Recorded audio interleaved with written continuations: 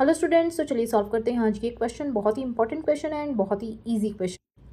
Find two positive numbers x and y such that x plus y is equal to 60 and x y cube is maximum. देखिए, जो भी maximum होता है वो हमारा function होता है। तो f x is equal to आपका आ गया एक्स वाई क्यूब। तो सबसे पहले आप इसका डेरिवेटिव निकालेंगे। तो इसका डेरिवेटिव क्या हो जाएगा? F dash x. लेकिन उससे भी पहले आपको x प्लस वाई की वैल्यू जो है वो 60 दे रखी। ओके, इससे आप जो है या तो x की वैल्यू निकाल लीजिए या y की वैल्यू। तो हमने यहाँ पे x की वैल्यू निकाल ली 60 माइनस वाई।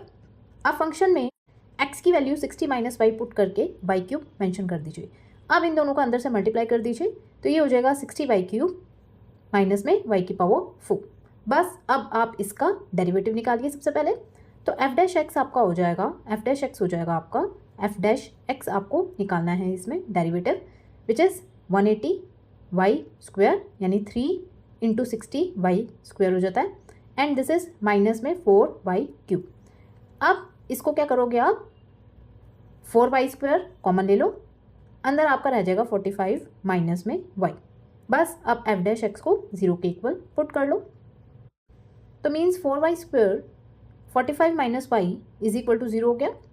तो यानी आपकी दो इक्वेशंस हो गई, 4 y square is equal to 0 and 45 minus y is equal to 0। बस y की वैल्यू आ गई आपकी 0 या y की वैल्यू 45 आ गई। देखिए 0 नहीं हो सकती y की वैल्यू। देखिए y की वैल्यू 0 नहीं हो सकती। क्यों नहीं हो सकती? बिकॉज एक्स वाई क्यूब जो है हमें मैक्सिमम करना है। तो एक्स वाई क्यूब अगर मैक्सिमम करोगे तो y की वैल्यू ही 0 पुट कर दोगे तो x भी तो 0 ही हो जाएगा, पूरा मतलब पूरा 0 ही हो जाएगा। तो 0 तो मैक्सिमम होता नहीं है। तो इस वजह से हम y की वैल्यू क्या लेंगे? 45 लेंगे। तो f अब हम क्या निकालेंगे? Double derivative. बस आप डबल डेरिवेटिव निकाल दीजिए। जो भी आपका एफ डैश एक्स आया था यानी डेरिवेटिव निकाला था उसका दोबारा से डेरिवेटिव निकाल दीजिए। इधर आप 360 वाई माइनस 12 वाई स्क्वायर आ गया, इसमें आप y की वैल्यू पुट कर दीजिए, which is 360 into 45 minus 12 45 square. तो 360 इंटू 45 आ गया 16,200 एंड 12 इंटू 45 स्क्वायर आ गया आपका 24,800। तो देखिए आपका ये जो आंसर आया ये नेगेटिव में आया। अगर ये नेगेटिव में आया है तो इसका मतलब लेस देन 0 हो गया। यानी अगर आपका डबल डेरिवेटिव 0 से कम आता है, नेगेटिव में आता है, तो यानी आपका जो प्रोडक्ट होगा वो क्या होगा? मैक्सिमम। यही अगर ये पॉजिटिव में आता, ग्रेटर देन 0 आता, तो प्रोडक्ट आपका मिनिमम आता।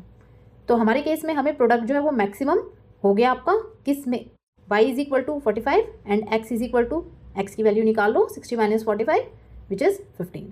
सो थैंक यू।